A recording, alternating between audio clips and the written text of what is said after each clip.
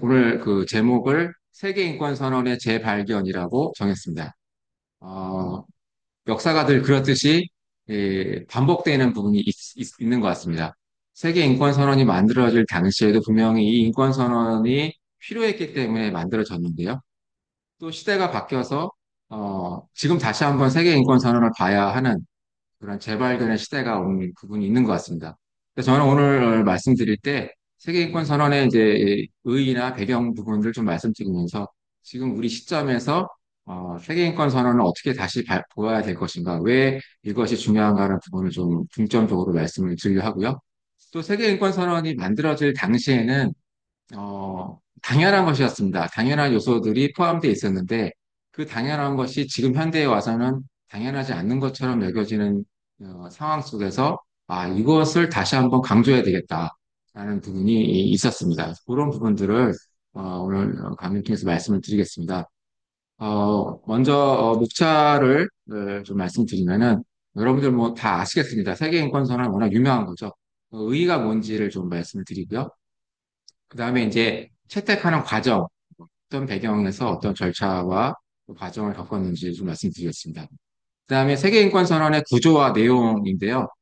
인권선언이 굉장히 방대하기 때문에 그거를 이 시간에 다 다루는 거는 굉장히 어려울 것 같습니다. 다만 이제 핵심적인 내용들을 다루면서 오늘 제가 말씀드릴 주제에 깊이 연관된 부분들 위주로 좀 말씀을 드리겠습니다. 그리고 이제 4번이 이제 오늘 강의의 핵심적인 내용으로 지금 현 시점에서 세계인권선언을 재발견해야 된다는 부분, 그것이 어떤 부분인지를 좀 말씀드리고 마지막으로 결론에서 현대인권론과의 비교를 해보도록 하겠습니다. 네, 먼저 세계인권선언의 의의입니다. 어, 세계인권선언이 뭐 영어로 Universal Declaration of Human Rights라고 되어 있죠. 이 영어의 의미하는 바가 굉장히 있습니다. 우리나라 말로는 이제 세계인권선언이라고 했습니다만은, 원어의 영어 원문을 볼 때 조금 더 느끼는 부분이 다른 것 같습니다. 이 인류가 보편적으로 생각하는 인권을 담으려 했다는 부분이죠. 그래서 이 세계인권선언은 인류 최초의 국제적인 인권 합의문입니다. 최초라는 그런 의미가 있죠. 그리고 그걸 국제적이다. 즉, 인류가 보편적으로 누구나 다 공감하는 인권의 개념을 담았다는 것입니다. 인권이라고 하면은 굉장히 막연하죠. 막연하고 또 여러 가지 다양한 용어로 많이 사용됩니다. 어, 이제 어떻게 보면 근대적인 인권의 개념이 생긴 거는 1215년 영국의 이제 마그나 카르타라고 볼 수 있겠습니다. 대헌장이라고 하죠.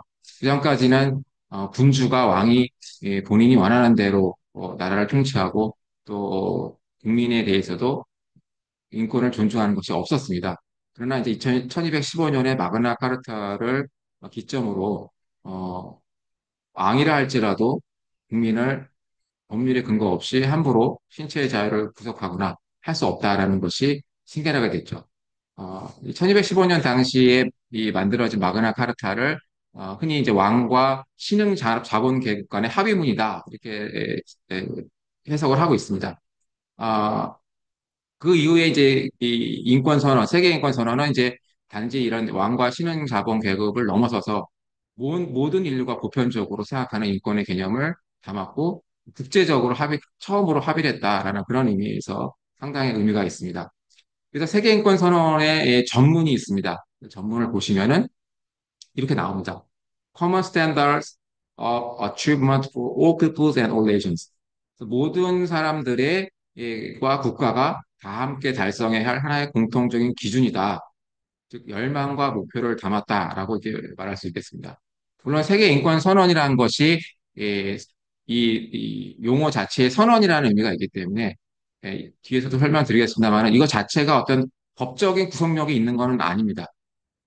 다만 인류가 지향해야 할 목표, 이렇게 우리가 인권을 보장하자라는 그런 취지로 그런 목표와 열망이 담겨져 있다라는 부분을 전문에서 이렇게 명시를 하고 있습니다. 자, 그 다음에 인권선언이 가지는 또 하나의 중요한 의미는 인권을 구체적으로 목록화를 했다는 것입니다. 또 최소한의 인권의 기준, 인류가 지켜야 할 보호해야 될 인권의 최소한의 기준을 담았다는 거죠. 최대화가 될 수 없는 이유는 아마 잘 아실 겁니다. 여러 나라마다 이제 문화, 사회, 종교적 배경이 다 다르기 때문에 국제법의 특징이 그렇죠. 항상 합의에 근거해서 무엇인가를 만들어 나가는 개념이기 때문에 일단은 최소한의 기준을 담았다라고 이해하시면 되겠습니다. 세계인권선언이 나온 배경은 여러분도 아시는 것처럼 이제 세계 2차 세계대전 이후에 인류가 겪었던 참상에 대한 반성에서 나왔죠. 그 전에도 국제연맹이라는 국제기구가 분명히 존재했었습니다. 그럼에도 불구하고 1차 세계대전 이후에 또다시 이 2차 세계대전이 발발하는 것을 막지 못한 그런 한계가 있었고요. 그에 대한 반성에서 새로운 국제기구로 유엔이 창설이 됐습니다. 어, 그래서 이제 그 이후에 좀 더 구체적으로 인권을 목록화해야 되겠다라는 움직임이 나타났죠. 물론 유엔 헌장에도 인권에 대한 내용이 나옵니다만은 구체적인 목록은 없습니다. 기본적 인권, 인권을 보호해야 된다, 자유를 지켜야 한다, 이런 정도의 추상적인 개념만 나오지, 구체적으로 표현의 자유나 신체의 자유, 종교의 자유, 양심의 자유 같은 목록은 없었다는 것입니다. 그렇기 때문에 이런 2차 세계대전 이후에 그런 인류의 실수에 대한 반성에서 인권을 좀 더 구체적으로 목록화해서 지향할 점을 밝혀야 된다라는 그러한 이제 취지에서 움직임이 나타나기 시작한 것이죠. 또 아울러서 최소한도로 이런 인권에 대해서는 이 정도로 보장을 해야 된다. 이거는 국가와 역사, 배경, 종교 이런 부분을 다 총망라해서 어느 국가를 하더라도 이 정도의 기준은 지켜야 한다라는 제시를 하려고 노력은 했습니다. 그래서 유엔 헌장을 보시면 1945년도에 유엔이 설립될 때 유엔 헌장이 만들어졌죠. 거기에도 이제 인권 관련한 조항들이 있습니다. 지금 화면에 보시는 것처럼 전문에 보시면은 어, 우리 이 유엔의 인민들은 우리 생애에 두 번씩이나 말할 수 없는 슬픔을 인류에 가져온 전쟁의 불행에서 다음 세대를 구하고 기본적 인권, 인간의 존엄 및 가치, 또 남녀 및 대소 각국의 평등권에 대한 신념을 확인하며 이렇게 전문에는 인권의 내용이 들어가 있습니다.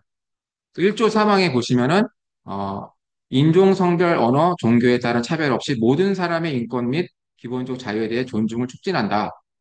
해서 그것이 유엔의 목적임을 설명하고 있습니다. 여기서 또 인권의 과 기본적 자유에 대한 언급이 나옵니다.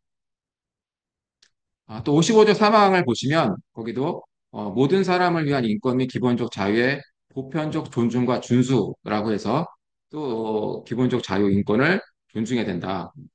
보편적으로 준수하라. 이렇게 규정을 하고 있고요. 또 62조 2항에서도 모든 사람을 위한 인권 및 기본적 자유의 존중과 준수라고 규정이 되어 있습니다. 이렇게 이제 여러 곳에 유엔 헌장에서 인권에 대한 준수를 다짐하고 있고 규정하고 있습니다만 어, 말씀드린 바와 같이 유엔 헌장에서는 구체적인 인권을 제시를 하지는 않고 있습니다. 그럼 인권이 무엇이냐라고 했을 때 눈에 보이는 구체적인 건 없다는 거죠. 신체의 자유나 집회 결사의 자유, 표현의 자유, 양심의 자유, 사상의 자유 등등등 우리가 흔히 이제 우리나라 헌법이나 또 다른 나라의 헌법에서도 흔히 볼 수 있는 그런 인권이 이 당시에는 아직까지 구체화될 수 없었다. 그런 이제 유엔 헌장의 한계가 있었습니다. 그래서 이제 그런 반성에서 세계인권 선언이 태동하게 되고요. 1948년도 유엔 총회에서 이 세계인권 선언이 통과가 되었습니다. 세계인권 선언은 조약이 아닙니다. 조약. 우리가 흔히 생각하는 국제법의 종류 중에서 제일 많이 활용되는 것이 조약이죠. 국가가 국가 간에 맺는 합의입니다. 그것이 이제 국제법의 가장 보편적인 형태의 법원인데요. 이 세계인권 선언은 조약이 아닙니다. 조약이 아니고 선언문이기 때문에 국가와 국가 간에 체결하는 절차는 없었습니다. 예를 들어서 이제 우리나라 같은 경우에는 뭐 한미 이 FTA 같은 거를 맺었죠. 대표적으로 조약입니다. 한국 대표와 미국 대표가 만나서 조약문에 서명하는 절차를 거쳤죠. 또 인권 조약도 마찬가지입니다. 시민적 정치적 권리에 관한 국제 협약도 인권 조약이고 다자 조약이기 때문에 많은 국가들이 거기에 가입하는 절차를 거쳐서 조약이 완성이 됐습니다. 그것이 이제 일반적으로 조약이 체결되고 국제법으로 되는 과정인데, 이제 이 세계인권선언은 그런 절차를 거치지 않았습니다. 선언문이기 때문에 국가가 일일이 가입하는 절차는 없었고, 다만 유엔이 스폰서를 해서 이 인권선언을 어, 작성을 했고, 유엔 총회에서 통과시키는 과정을 통해서 이것이 채택이 되게 됩니다. 그렇게 이해하시면 되겠습니다. 그리고 이 선언에는 두 가지의 큰 카테고리가 있습니다. 첫 번째는 시민적, 정치적 권리죠. 어, 그리고 두 번째는 경제적, 사회적, 문화적 권리입니다. 이 두 가지의 인권을 카테고리로 나누고 있고, 이 세계인권선언의 영향으로 이제 이후에 양대 인권 조약이라고 할 수 있는 시민적, 정치적 권리에 관한 국제협약과 문화적, 사회적, 경제적 권리에 관한 국제협약, 이 양대의 국제조약이 탄생하게 되는 그런 기반이 되었습니다. 그래서 구체적으로 이제 유엔 헌장 55조, 56조가 규정하고 있는 인권에 대해서 구체적인 목록을 정의하는 내용을 담고 있고요. 그리고 이제 여러분도 아시다시피 유엔 총회에서 어떤 결의안이 채택이 될 때는 일단 법적으로는 그것은 결의안이기 때문에 권고적인 효력만 있고 법적인 구성력은 없는 것이 원칙입니다. 이제 총회의 특성 때문에 그렇죠. 물론 이제 안전보장이사회라고 미, 중, 러, 영, 푸 5개국이 상임이사국으로 있는 그 안전보장이사회에서 하는 결의는 구속력이 있습니다. 모든 유엔 회원국들에게 법적인 구속력을 가지지만 유엔 총회는 그런 구속력은 없죠. 총회의 결의안은. 그래서 이제 이 인권 선언도 총회에서 통과된 채택된 결의안의 성격을 갖기 때문에 이 자체로는 법적인 구속력은 없습니다. 열망과 목표를 담은 것이죠. 그리고 이제 이 당시에 이 세계인권 선언의 채택에 동의를 한 찬성표를 던진 국가는 총 48개국이었습니다. 그래서 그 48개국도 법적 의무라기보다는 우리가 인류가 지향해야 될 인권에 대한 목표다, 열망의 표현이다라고 인정을 했죠. 그렇지만 48년 이후에 지금까지 시간이 오래 지나면서 이 선언에 있는 내용들, 권리줄 중에서는 상당히 많은 권리가 국제관습법의 성격을 갖게 됐습니다. 국제관습법이라고 하는 것은 국제법의 또 다른 형태입니다. 아까 말씀드린 국가와 국가가 맺는 조약, 그것은 눈에 보이는 성문 조약, 이 종이에 글씨로 쓰여진 형태죠. 그것이 이제 국제법이지만 또 하나는 눈에 보이진 않지만 대다수의 국가가 오랫동안에 한쪽 방향으로 관행을 하고 있고 그 관행에 대해서 이것은 법이야 라는 확신을 가지면 그것도 국제법이 됩니다. 그걸 이제 국제관습법이라고 하죠. 국제관습법은 눈에 보이진 않습니다만은 실제로 실존하고 국제관습법은 법적인 구속력을 갖습니다. 예를 들어서 제노사이드 금지 이런 것들은 명확하죠. 인류를 학살하는 그런 것은 어느 나라 기준에 의하다 할지라도 또뭐 역사와 배경 모든 것을 초월하더라도 그거는 허용될 수 없는 거기 때문에 그런 것들은 국제관습법으로 이미 확립이 되어 있고 또 이미 일부는 또 국제 조약으로도 성문화가 되어 있습니다. 자, 그렇기 때문에 지금 세계인권선언에 있는 중요한 인권에 대한 내용들은 상당한 부분들이 국제관습법으로서 이 이후에 법적인 구성력을 갖게 됐습니다. 세계인권선언 자체는 법적 구성력이 없지만 그 안에서 규정됐던 많은 인권들의 내용들이 이 세월이 흐르면서 많은 국가들이 다 자기 국가의 헌법에서 이것을 보장하는 기본적인 인권으로서 규정하고 있기 때문에 이렇게 국제관습법으로서의 법적 구성력을 갖는 것으로 발전이 됐고 또 거기에 대부분의 이 인권들은 아까 말씀드렸던 국제인권조약에 이미 들어가 있습니다. 시민적, 정치적 권리에 관한 국제협약, 또 사회적, 문화적, 경제적 권리에 관한 국제협약 같은 또 그 밖에 이제 뭐 유럽연합에 있는 여러 지역 국제인권조약이나 이런 조약에서 대부분이 다 구성력 있는 인권으로 규정이 되어 있습니다. 그래서 이제 이 부분이 굉장히 의미가 있는 부분이고 결국 이 세계인권선언이 상당한 기여를 했다는 거죠. 인권의 발전에 있어서 그 열망과 목표가 결국은 상당 부분 이루어지고 또 지금도 이루어지고 가고 있다. 이렇게 평가할 수가 있겠습니다. 물론 이제 우리나라에서도 이 세계인권 선언을 이제 바라볼 때 물론 이제 우리나라가 48년도에는 당시 유엔 회원국이 아니었습니다. 우리나라가 49년도에 유엔에 가입했기 때문에 지금 이 세계인권 선언 채택에는 이제 참여할 수가 없었죠.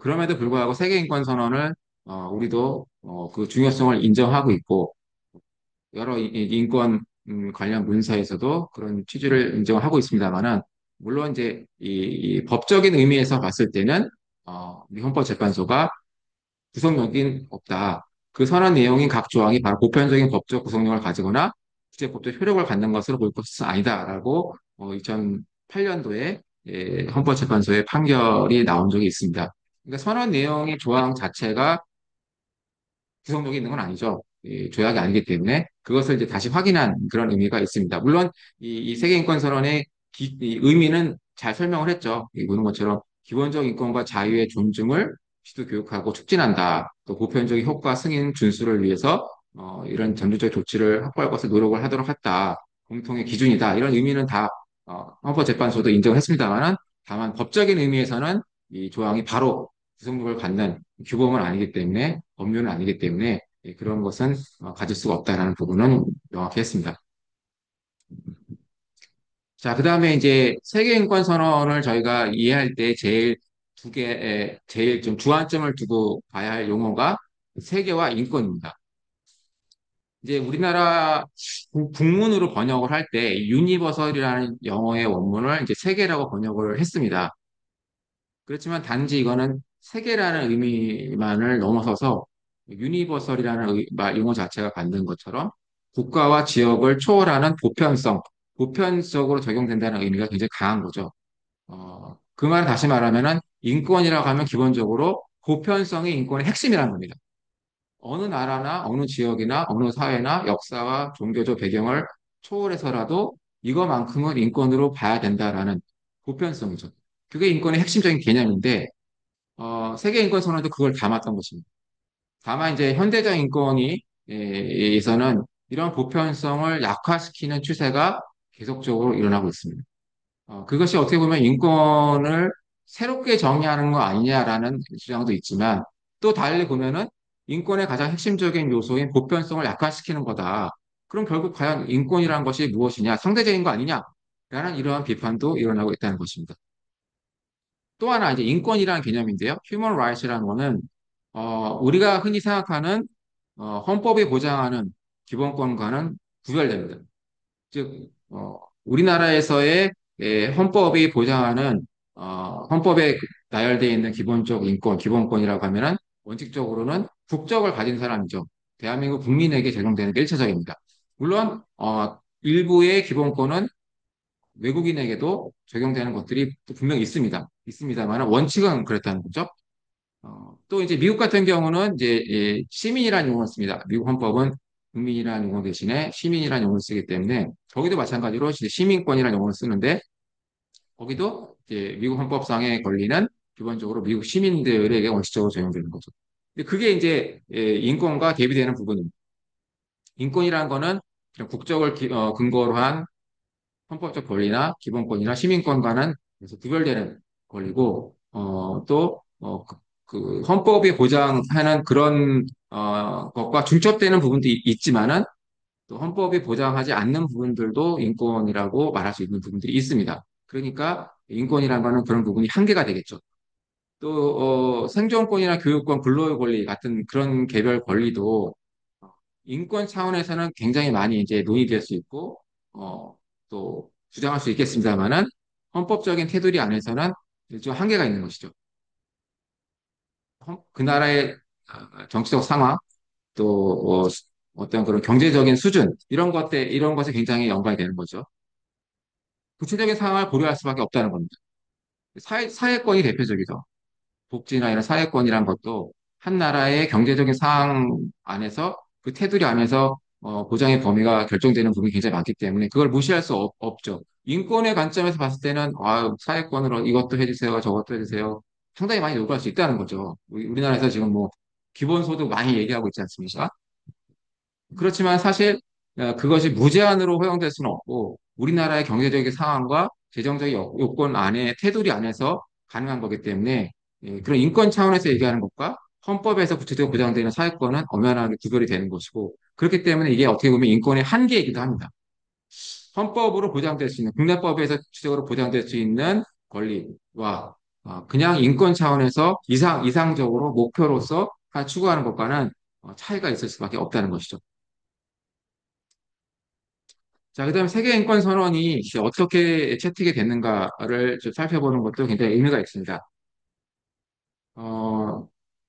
아까 서두에 말씀드린 것처럼 2차 세계대전 이후에 전쟁의 참상을 막지 못했던 반성에서 이제 국제연합이 새로 설립이 됐고요. 그 전에 존재했던 국제연맹을 계승하지만 미비했던 한계점을 극복하고자 여러 가지 보완점들이 마련이 돼서 이제 국제연합이 창설이 됐습니다. 44년에 덤바턴 오크스 선언이 채택이 됐고 위험 중소가 유엔 설립을 합의했습니다. 그리고 이후 45년에 또 얄타 협정을 거쳐서 45년 4월 12일에 샌프란시스코에서 유엔 헌장이 채택이 됐습니다. 이때에는 약 50개 국가가 참가를 했죠. 지금은 유엔 회원국이 193개국이라고 들었습니다. 그 당시에는 굉장히 적었죠. 그리고 이제 45년 10월 24일에 뉴욕에서 유엔이 이제 창설하게 됐습니다. 그때는 한 개국이 더 늘어서 51개국이었습니다. 그리고 이제 2차 세계대전에 대한 반성이 있었고, 전 세계가 이런 휘말려 들어온 전쟁, 또 대량 학살, 이런 2차 세계대전을 반성하면서 유엔 헌장에 이제 기본적 인권에 대한 내용들이 많이 들어갔죠. 그리고 46년에 유엔의 특별 기구로 인권위원회가 만들어졌습니다. 이 영어로는 이제 Commission on Human Rights라고 하죠. 그래서 이제 인권 부분을 더 강화하기 위해서 만들어졌지만 사실 이 인권위원회가 아, 어떤 기구상의 한계가 있었습니다. 그래서 그런 부분들을 보완하고자 2006년도에 유엔 인권이사회로 개편을 하게 됩니다. 그래서 유엔의 주요 기관, 6개 주요 기관 중에 하나로 유엔 인권이사회를 격상을 시켰죠. 그래서 그만큼 이제 인권에 대한 부분을 유엔이 주도적으로 하겠다라는 그런 의미의 반영이었습니다. 그래서 이제 유엔 회원국이 2년간에 걸쳐서 이 조항을 만들었고요. 결국 채택을 하게 됐죠. 어, 처음에는 세계인권선언문 초안위원회가 만들어져서 국제인권법 학자들, 또 법률가들, 국제 NGO들이 깊이 관여하면서 초안을 만들었습니다. 약 85차례의 회의를 거쳤고, 또 이 인권 선언을 만들기 위한 여러 하부위원회들이 20차례 이상 회동을 했고, 또 1,400여 회에 걸쳐서 의결 과정을 거쳤다고 합니다. 50여 개국이라고 하지만은 또 이 50여 개국이 이 어떤 하나의 공통된 합의문을 만드는 것이 쉽진 않죠. 서로의 원하는 내용들이 다를 수 있기 때문에 그런 부분을 협상하고 조율하는 과정이 상당히 많이 소요됐다는 것이죠. 뭐 이런 것들은 사실 일반적입니다. 국제 조약이 체결되는 과정은 다 대부분 이렇죠.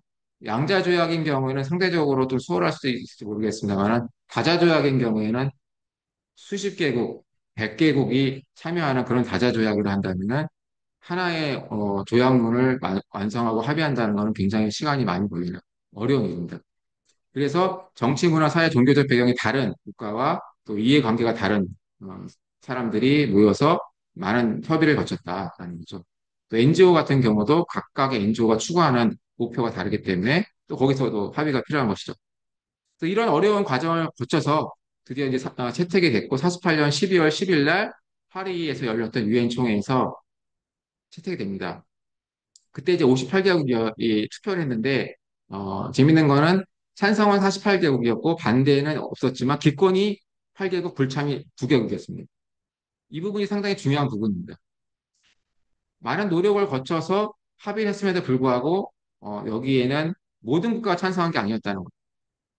예를 들어서 사회주의 국가 6개국은 기권을 했습니다. 소련이나 벨로루스, 체코슬로바키아, 폴란드, 우크라이나, 유고슬라비아는 기권을 했는데 그 중요한 이유는 두 가지였습니다. 이 세계인권 선언이 사유지산자를 인정한다는 거죠. 공산주의의 관점에서는 받아들이기 어려웠다는 겁니다. 그 다음에 사회권의 부분도 그 국가들이 원하는 수준은 아니었다는 거죠.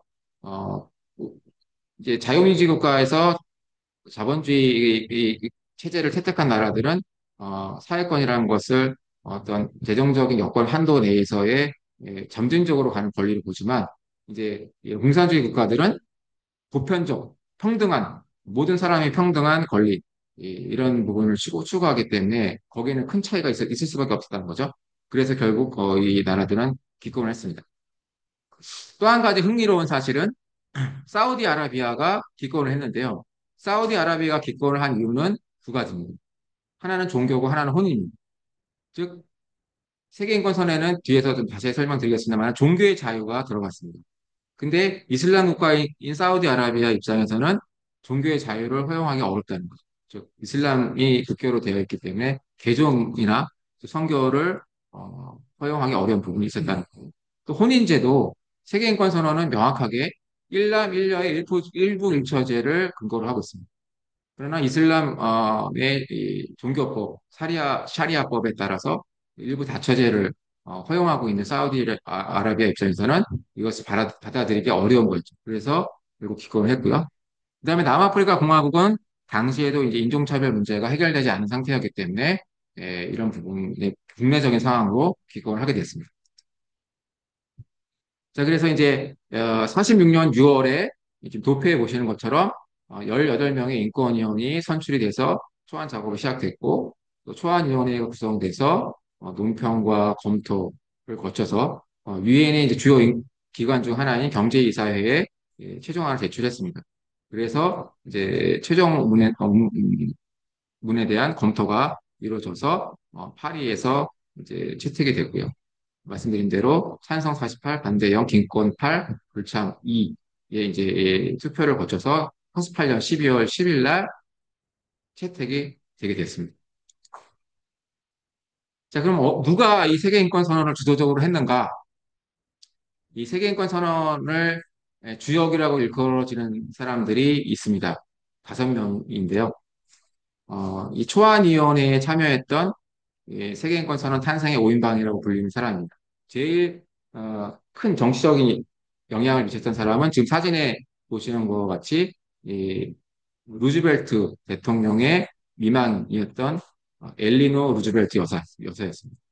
이분이 이 세계인권 선언을 아주 주도적으로 추진하셨고 아주 정치적인 영향을 발휘해서 결국은 이루어지는 핵심적인 역할을 하셨고요.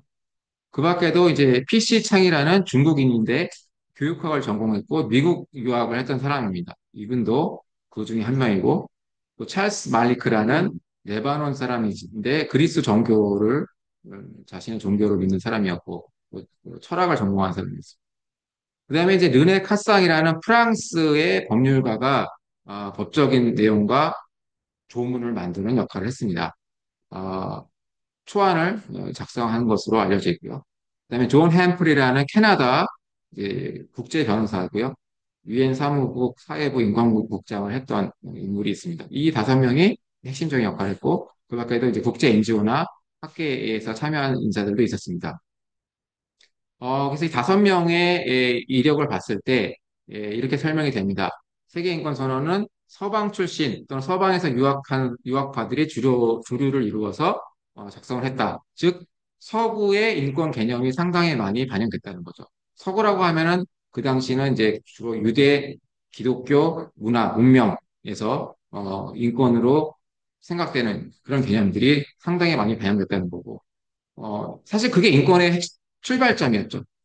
당시에 아시아나 이런 쪽은 이런 개념들이 사실 부족했던 부분이고, 또 우리나라를 보더라도, 이 당시에 아직 우리나라가 이제 갓 태어난 그런 단계였기 때문에, 이런 인권의 개념이 아직 충분히 이해되지 않는, 또그 참여하기 어려운 그런 상황이었던 것으로 이해할 수 있겠습니다. 네, 그럼 이제 세계인권 선언 구조 내용들을 간략히 좀 보겠습니다. 세계인권선언에 있는 내용이 굉장히 방대합니다. 우리나라에도 헌법에 기본권 조항들이 굉장히 많고 그 기본권을 사실 하나하나 제대로 하려면은 한 학기, 3학점 과목으로 한 학기 강의해야 될 내용이죠. 오늘 그걸 다 할 수 없기 때문에 이제 개략적인 것만 말씀을 드리겠습니다. 이제 세계인권 선언이 여러분들이 한번 이렇게 읽어보실 기회가 있으신 분들은 제일 처음에 전문이 나오죠. 그 다음에 이제 인권의 일반 원칙이 나옵니다. 전문 부분에서는 이제 인권이 뭐냐, 인권의 개념, 가치, 그 인권이 어떤 목표를 가져야 되느냐, 그 인권을 실현하기 위한 어떤 방법이 있느냐, 또 국제적으로 인권을 보장하기 위해서 어떤 노력을 해야 되고, 유엔 회원국들은 이런 의무를 해야 된다라는 것들이 쭉 설명이 나옵니다. 그리고 이제 1조와 2조는 일반 원칙이라고 해서 이제 프랑스 대혁명의 기본 정신이기도 했던 자유, 평등, 박애가 이제 인권의 일반 원칙으로 들어가 있습니다. 그리고 이제 인권을 크게 두 가지의 카테고리로 나눠서 3조부터 21조까지는 시민적, 정치적 권리 나누고 있고요. 22조에서 26조가 경제적, 사회적, 문화적 권리. 그래서 이제 이후에 3번과 4번이 각각 독자적인 국제인권 협약으로 발달하게 됐죠. B규약, A규약으로 각각 별도로 조약으로 탄생하게 됩니다. 그리고 이제 27조부터 30조까지는 인권을 이행하기에 관련된 사항입니다. 인권이라는 것은 무제한은 아니고 제한할 수 있고, 다만 제한할 수 있는 조건이 엄격하다. 이렇게 지금 규정하고 있고, 또 국제적으로 서로 협력하고, 또 인권에 문제가 생겼을 때 처리하는 방법, 이런 부분들을 규정하고 있지만, 이건 역시 이제 선언적인 의미인 거죠. 어떤 법적인 구속력을 갖는 그런 조항은 아닙니다. 그래서 세계인권 선언이 이렇게 만들어진 이후에 영문이 원본이 됐죠. 영어로 이제 만들어졌고, 이후에 약 350개 이상의 언어로 번역이 되어 있습니다. 어, 근데 여러분들이 이제 번역문을 보실 때 제가 말씀드리고 싶은 거는 반드시 원문과 비교해서 보실 것을 추천드립니다. 왜냐하면은 번역가의 생각이 상당히 많이 들어가 있다는 거죠. 번역문에. 우리나라에서도 이 세계인권 선언의 번역문이 여러 가지가 있습니다. 그래서 이제 도서관에서 이렇게 세계인권 선언 된 거를 읽어보시면은 어, 특이한 것들이 있습니다. 어떤 교수님이 번역하신 것들이 있어요.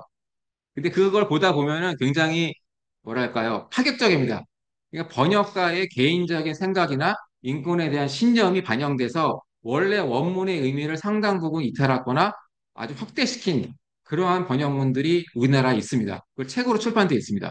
근데 그걸 모르는 분들은 이제 그걸 읽어보시면서 아, 이게 세계 인권 선언이구나. 이렇게 약간 오해하실 수도 있다는 거죠. 그렇기 때문에 법제처에서 공식적으로 번역한 국문 번역본을 보시거나 아니면은 또 영어 원문을 직접 보시면서 이 번역본을 비교해 보시기를 저는 추천을 드립니다. 그래야 본래의 의미가 퇴색되지 않고 그거를 조금 더 그 차원에서 이제 핵심을 이해할 수 있다는 거죠. 자, 시민적 정치적 권리는 이제 여러분들 잘 아시는 겁니다. 이 인권 선언에 있는 내용에는 이제 당시에 이제 아직 해결되지 않았던 노예제 문제, 또 그걸 금지하고 있고, 고문의 금지, 인종, 성별, 종교, 언어, 정치적 의견, 국적, 민족, 출생, 기타 신분에 따른 차별 금지, 또 자의적인 체포나 사생활 침해 금지, 이런 내용들이 들어가 있고요. 공정한 재판을 받을 권리, 혼인할 권리, 재산 소유권, 정치적 망명할 권리, 이런 게 들어가 있습니다. 또 중요한 것으로 종교의 자유, 제가 이제 드리겠습니다만, 종교의 자유가 들어가 있습니다. 표현의 자유, 이동의 자유, 평화로운 집회 결사의 자유, 그 다음에 자유선거 확립, 이제 민주주의 제도에서 가장 중요한 것 중에 하나가 선거 제도죠. 그런 부분 들어가 있고 공직에 대한 평등한 접근 들어가 있습니다. 이런 정치적 권리와 시민권은 이제 민주적인 정치 체제의 핵심이기 때문에 에, 이것이 기본적으로 이루어져야 어떤 국가든 인권이 발전할 수 있는 거라는 것을 담고 있다는 거죠. 정치적인 체계가 불안정하거나 민주주의 체제가 아닌 나라들은 인권의 보장을 기대하기가 어렵기 때문에 기본적으로 자유민주 체제가 확립될 수 있는 내용들, 그거를 기반으로 해서 인권이 제대로 보장될 수 있는 그런 체제를 이제 중요하게 다루고 있다는 것이고, 우리나라 헌법에도 여기 있는 뭐 대부분의 내용들이 이미 기본권으로 인정이 되고 있고요. 또 대부분의 자유민주 국가에서는 이 세계인권선에 있는 시민적 정치적 권리가 대부분 보장이 되고 있습니다. 물론 이런 공산주의 국가나 독재주의 국가는 아직도 미흡한 부분이 있습니다. 그다음 경제적, 사회적, 문화적 권리는 어, 아까 이제 이 채택 과정에서도 기권한 국가들이 있다고 말씀드렸듯이 이 공산주의 국가나 개발도상국들은 이 부분에 대해서 더 많은 요구를 했었습니다. 뭐 사회보장이나 완전 고용, 공정한 근무 조건, 교육, 의료, 적절한 생활 수준, 지역사회, 생활 참여 권리 이런 것들을 더 많이 요구했습니다만은 이러한 권리들은 결국 각 국가의 국내적인 상황, 또 수준, 재정적인 여건 이런 부분에 굉장히 이 한계가 있는 부분이기 때문에 이견이 있었던 부분이고 결국 그로 인해서 이제 기권한 국가들이 나오게 되는 것 중에 하나입니다. 그럼에도 세계인권선에서는 경제적, 사회적, 문화적 권리 자체를 규정을 하고 있고 또 이것도 추구해야 될 인권의 중요한 요소로서 다루고 있습니다. 그다음 중요한 부분이 3번입니다. 세계인권선언에는 중요한 조항으로 인권에 대한 제한이 가능하다는 것이 명시되어 있습니다. 대부분의 인권 규범에는 공공질서 유지나 국가 안전보장 유지에 필요한 조항하기 위해서는 인권을 제한할 수 있다라고 되어 있죠. 우리나라 헌법도 마찬가지입니다. 37조 2항에 공공질서 또 국가 안전보장 질서 유지를 위해서는 헌법이 보장한 기본권이라도 제한할 수 있도록 규정되어 있죠. 마찬가지로 세계인권선언에도 인권이라는 것이 무제한으로 보호될 수는 없고 특정한 요건에서 또 특별한 경우에 엄격한 요건 하에서는 제한될 수 있음을 명시하고 있습니다. 세계인권선언도 29조 2항에 보시면은 타인의 권리와 자유에 대한 정당한 인정과 존중 확보하고 민주사회에서 도덕성, 공공질서 그리고 일반 대중의 복지에 대한 정당한 요구를 충족하기 위해서 제한할 수 있도록 하고 있습니다. 그러니까 이제 인권을 강조하는 부분들, 인권 활동가들은 사실 이런 부분들을 강조를 안 하죠. 안 하고, 인권이라는 것을 굉장히 어떤 절대적인 가치를 갖는 것처럼 이렇게 이야기를 많이 합니다. 물론 그분들 말씀이 다 틀린 건 아니죠. 인권이라는 것이 중요한 가치를 갖는 건 맞지만 인권이 무제한일 수는 없다는 겁니다. 인권이라는 부분도 분명한 제한이 있고 여기 보시는 것처럼 타인의 권리, 또 민주사회에서의 도덕성, 공공질서, 또 대중의 복지, 정당한 요구 충족을 위해서는 인권도 제한이 가능하다는 거죠. 그러니까 어떤 특정한 인권을 내세우면서 그건 인권이기 때문에 무제한도로 보장해야 된다는 주장은 사실 맞지 않는 거죠. 그 인권이 만약에 그런 인권의 가치를 갖는 거와 마찬가지로 다른 인권도 똑같은 가치를 가지기 때문에 두 개가 충돌하지 않도록 또 제한이 필요한 부분이고 또한 그 인권이라 하더라도 이런 도덕성, 공공질서, 일반 대중 복지 이런 부분 차원에서는 무제한일 수 없다는 거죠. 근데 이제 이 인권을 주장하는 인권을 굉장히 이런 활동가들이 인권 영역에서 활동을 할 때 이런 부분들을 상당히 간과하죠. 이야기를 안 하고. 또 우리나라에서도 보면 헌법에는 분명히 기본적 인권에 대한 제한종이 있지만 인권 조례나 이런 서울시나 뭐 경기도나 지방자치단체에서 만드는 인권 조례, 학생 인권 조례, 또 지금 또 제주도에서 여러분들 뭐 거의 통과된 것 같은 평화인권 헌장 같은 걸 보면은 인권에 대한 제한 조항이 없습니다. 그러니까 이거는 굉장히 오해를 일으키는 거죠. 인권이란 개념 자체는 물론 아주 높은 가치, 인간의 존엄의 가치가 들어가 있습니다만 그렇다고 해서 무제한일 수는 없고 어떤 이 규범 체계 안에서 제한이 필요할 수밖에 없는데 인권 조례나 학생인권 조례나 제주도 평화인권 헌장에는 이런 내용이 없다는 겁니다. 그럼 자칫 인권은 무제한인 것처럼 오해가 되고 그런 인권은 인권이 아니라 혼란을 일으키는 거죠. 사회의 질서를 이렇게 혼란스럽게 하는 규범 체계에서 벗어나는 일들이 일어날 수 있다는 부분이 이제 우려가 되는 부분입니다. 근데 안타깝게도 이제 어떤 그런 인권에 대한 목표만을 너무 주장하다 보니 규범 체계 안에서 있어야 될 내용들이 없다는 겁니다. 그러면 이제 그걸 교육할 때도 문제가 되겠죠. 학생인권 조례를 학생들한테 교육할 때도 학생의 인권은 당연한 거야. 이렇게만 교육을 시키지. 너의 권리가 제한된다. 무제한은 아니다. 또 엄마 아빠의 권리도 선생님의 권리 교권도 당연히 침해하면 안 된다 이런 교육을 해야 되는데 그렇지 않다는 겁니다. 그럼 학생들이 오해라는 거죠. 이 미성숙한 아직 좀 성숙하지 않은 학생들이 배울 때 그냥 선생님이 얘기하는 것들을 그냥 받아들이면서 권리만을 이렇게 그 내세우는 오해가 상당 부분 있다는 것입니다. 자, 그 다음에 4번으로 넘어가서 오늘 제가 이제 말씀드릴 핵심적인 내용이 이제 세계인권선언의 재발견이 되겠습니다.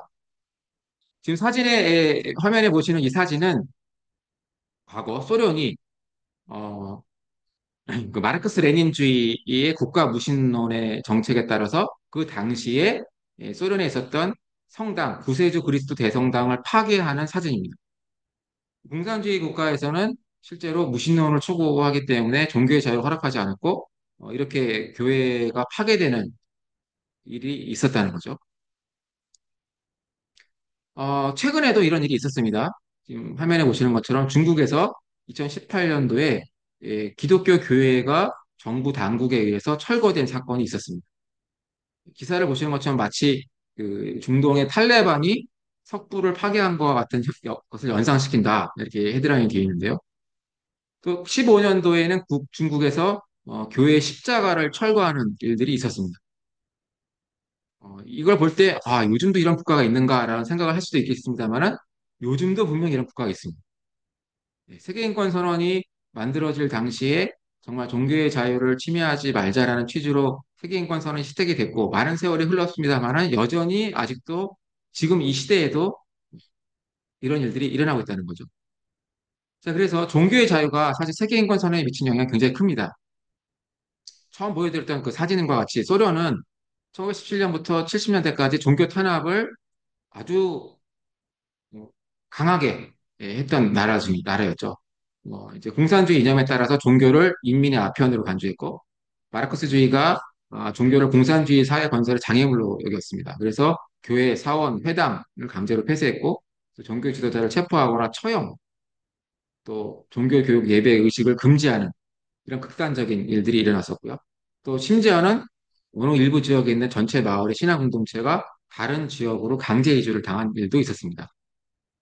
중국에서도 반기독교 운동이 있었고 지금도 여전히 일어나고 있습니다. 기독교를 제국주의 침략 도구로 간주해서 박해하고 성당과 학교를 공격하거나 선교사를 살해하거나 교회를 몰수하는 일들이 일어났고 지금도 이제 있죠. 또 중국 내부에서도 종교가 정치적 상징으로 활용되며 탄압을 유발한다.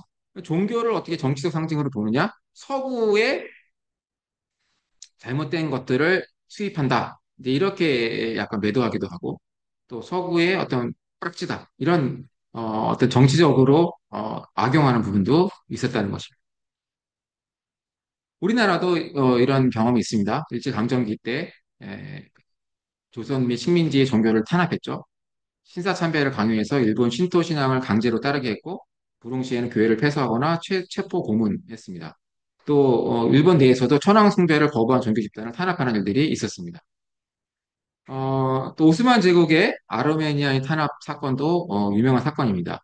무슬림 중심이었던 오스만 제국에서 기독교가 소수 민족이었는데 이 소수 민족을 박해했죠.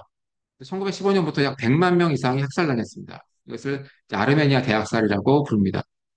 물론 종교뿐만 아니라 민족이 다른 정체성에 대한 박해 문제였기도 했지만 종교가 핵심적인 요소였다는 부분에서 종교 탄압으로 볼 수 있는 사건입니다. 이런 역사적 배경을 볼 때, 종교의 자유가 굉장히 중요하다는 인식이 그 당시에 생겼고, 세계인권 선언을 만들 때에 종교의 자유가 굉장히 핵심적인 요소로 들어가게 된 이유 중에 하나입니다. 우리 인류 역사를 봤을 때, 종교의 자유가 보장이 되지 않을 때 어떤 비극이 일어나는가를 많은 사례를 통해서 알 수 있고, 그렇기 때문에 유엔이 인권 선언을 채택할 때 종교적 자유를 명문화하게 된 것이죠. 또 유럽, 북미, 중동, 아시아가 다양한 종교 배경을 가지고 있었지만, 그럼에도 불구하고 이 종교의 자유라는 것이 보편적 권리다, 보편적 인권이라는 데에 대해서 합의가 있었다는 거죠. 이게 중요한 부분입니다. 그렇기 때문에 세계인권선언의 핵심적인 내용으로 종교의 자유가 들어가게 된 것이죠. 18조에 보면은, 세계인권선언 18조에는 사상, 양심, 종교의 자유를 같은 조항이 규정하고 있습니다. 모든 사람은 사상, 양심 및 종교의 자유에 대한 권리를 가진다. 이러한 권리는 종교 또는 신념을 변경할 자유와 단독으로 또는 다른 사람과 공동으로 그리고 공적으로 또는 사적으로 성교 행사 예배 및 의식에 의하여 자신의 종교나 신념을 표명하는 자유를 포함한다. 이렇게 규정을 하고 있습니다. 그러니까 사상의 자유나 양심의 자유, 종교의 자유는 사실 아, 밀접한 관계가 있고 정신적 자유권이라는 공통된 특성을 가지고 있죠. 그렇기 때문에 하나의 조문에 다 이제 들어가 있습니다.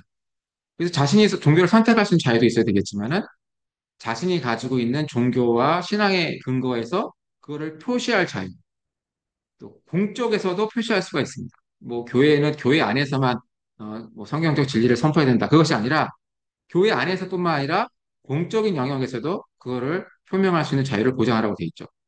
또 예배뿐만 아니라 또 의식이나 행사, 성교회에서도 종교적 신념을 표명할 자유를 분명히 보장하고 있습니다.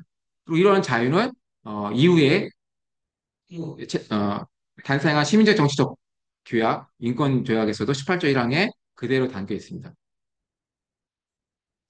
다만 우리나라의 상황에서 봤을 때 이제 이런 종교의 자유가 인권 선언의 취지만큼 강조되지 못하고 있는 상황, 어떻게 보면 왜곡된 상황도 있고, 또 종교의 자유가 계속적으로 침해당하고 있는 이런 우리나라의 상황에서 봤을 때 사실 이 조항이 갖는 의미는 굉장히 있다. 또 이 부분을 재발견해야 되겠다는 생각이 들었고요. 또 하나는 양심의 자유입니다.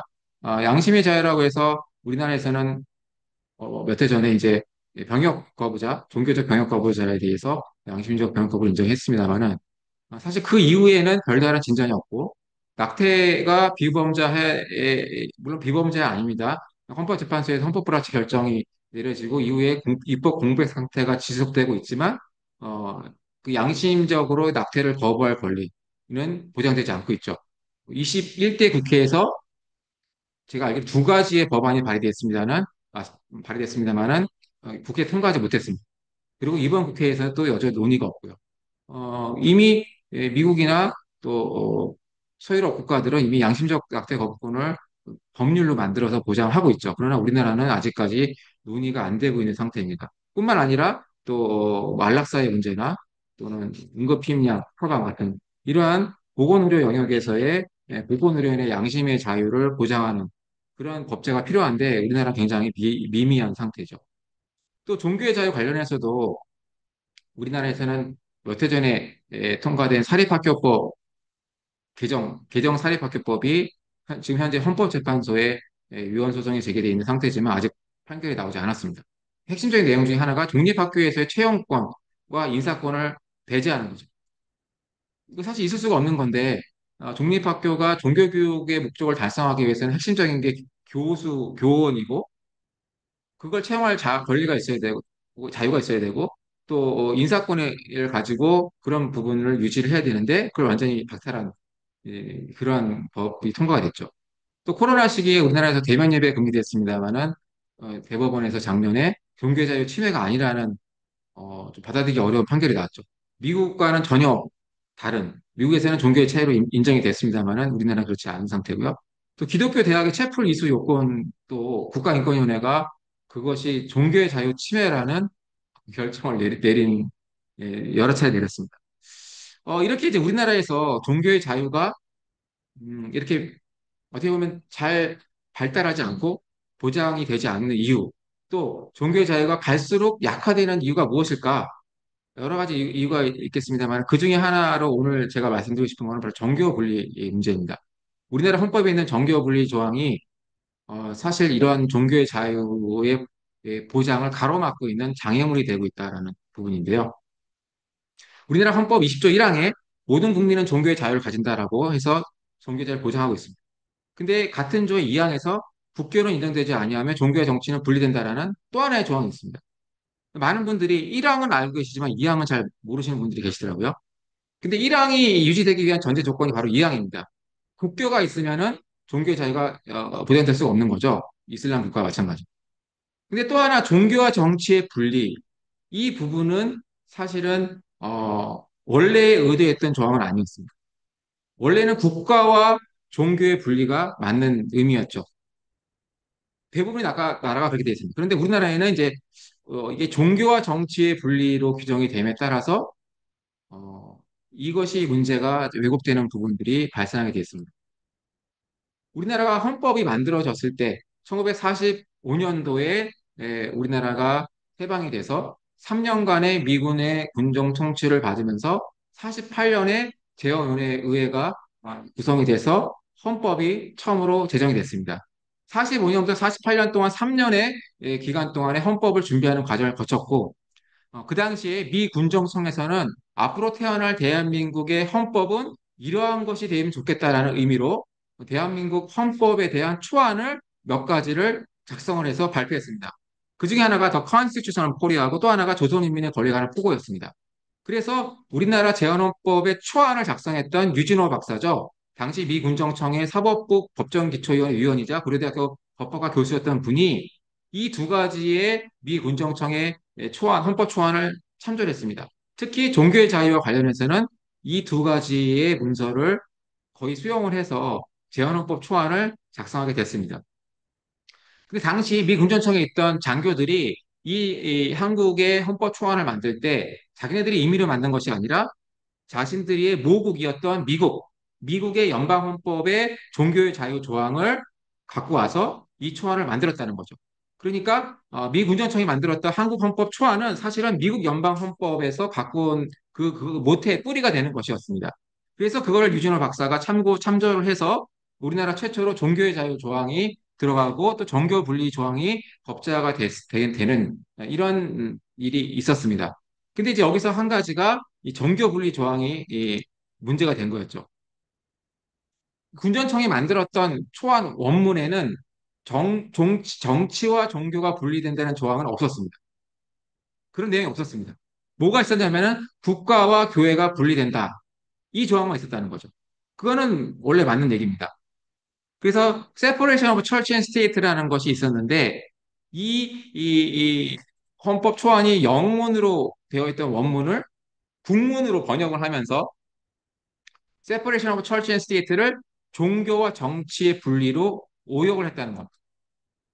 사실 역사적인 기록에서 누가 번역을 했는지는 아직 사료가 없습니다. 없습니다만은 이 Proclamation on the Right of the Korean People이라는 문정청의 영어 원문을 조선인민의 권리에 관한 포고로 번역을 할 때 10조를 종교와 정치의 분리로 오역했다는 것은 사실입니다.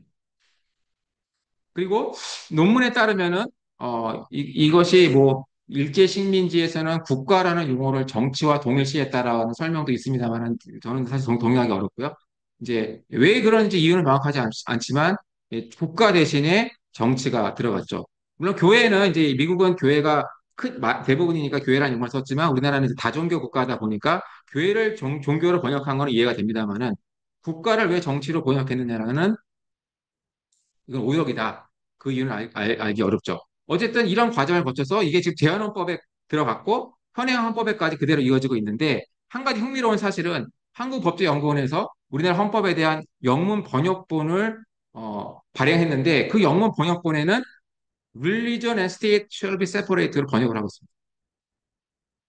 그러니까 정교 분리와 국교 분리를 혼동하고 있다는 거죠. 우리나라에서는. 네. 그래서 제가 찾아보니까 우리나라 재헌국회의 속기록을 보면은 그 당시에 이 조항에 대한 논의가 있었습니다. 당시 재헌의원이었던 오태칸 의원이 질문했습니다. 이 20조 2항에 있는 국교는 존재하지 않으며 종교는 정치와 분리된다는 게 무슨 의미인지를 설명해 달라고 전문의원 권순열 전문의원한테 물어봤는데 그 대답이 굉장히 재밌습니다. 12조 2항은 실로 현재에서는 연문이다. 연문이란 말은 한자인데요. 글 가운데 쓸데없이 긴 군더더기 긁기다 이렇게 설명하고 있습니다. 그러나 종래의 역사적 관계가 있어서 그와 같은 것을 넣은 데에 불과합니다. 아직 아마 이 세계에서는 정치와 종교가 분리 안 된 나라가 있는 것 같습니다. 그런 나라에서는 물론 여러 가지 관계도 있고 우리나라는 그것과는 다르겠습니다만은 역사적 관계 그러한 형적이 조금 남아 있는데 이것은 여러분의 의사에 따라 결정될 것입니다. 이렇게 나옵니다. 그 당시에 정교 분리가 어떤 의미인지에 대해서는 전문의원도 몰랐고 재헌의원도 몰랐고 사실 필요 없는 조항이라고 하면서도 깊이 있는 논의를 거치지 않고 그냥 우리나라에 들어오게 된 것이죠.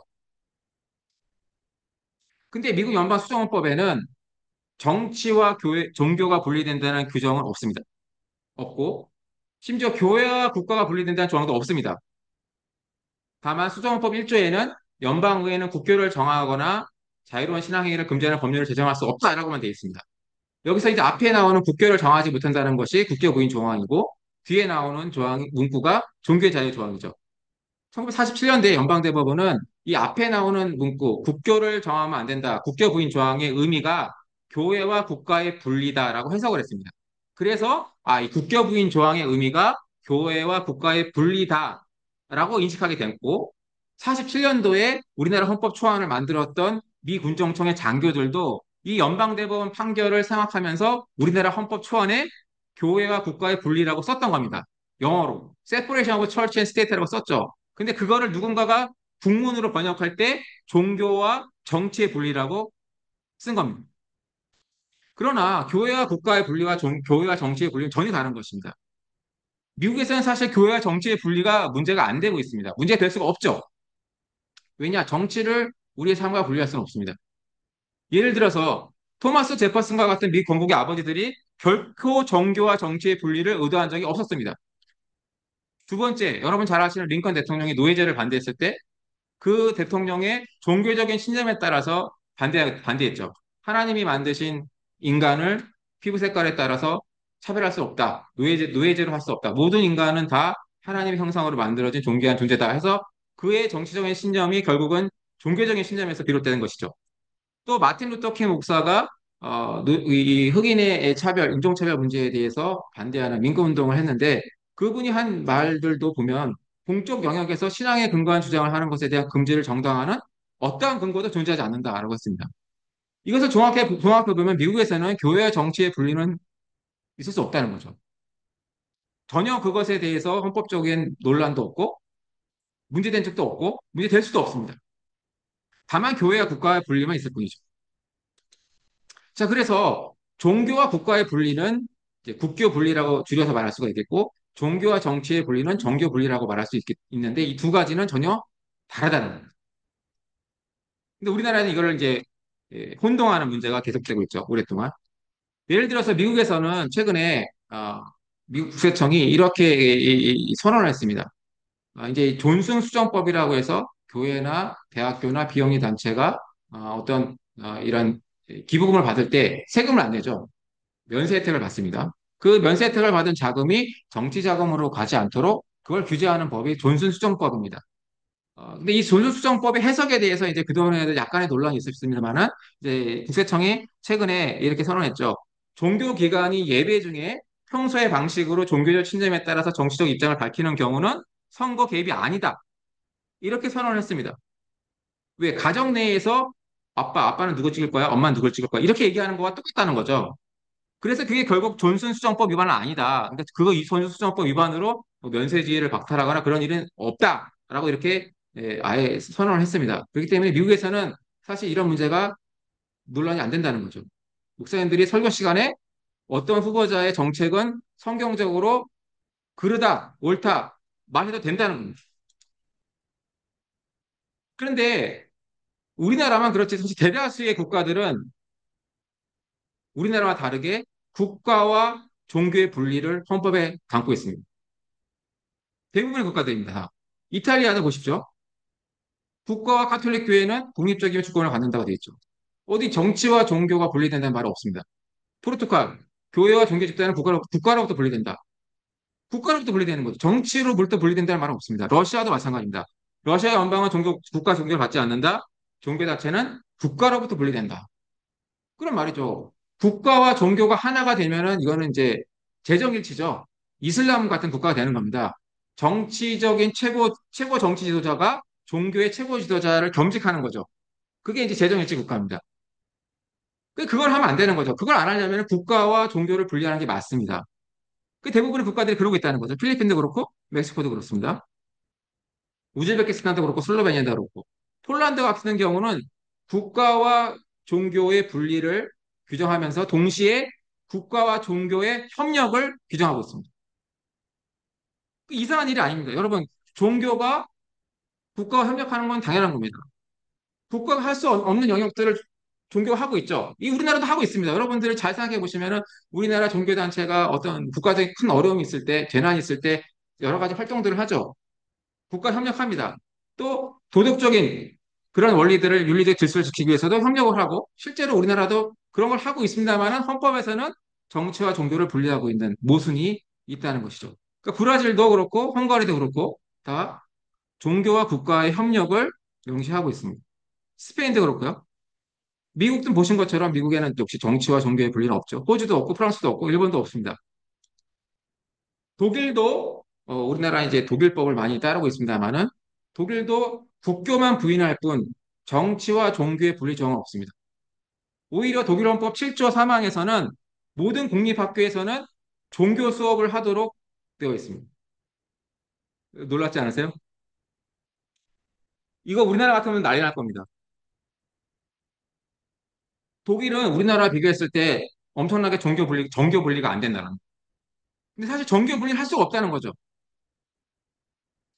그래서 제가 표로 정리를 해봤는데요. 자, 1번에 보시는 표가 종교와 국가가 결합한 형태입니다. 즉, 재정일치의 국가들, 이란이나 중동 이슬람 국가들이죠. 이런 국가들은 국가와 종교가 하나로 돼 있기 때문에 이제 종교제가 없습니다. 그런데 대부분의 국가들은 2번의 형태를 취하고 있습니다.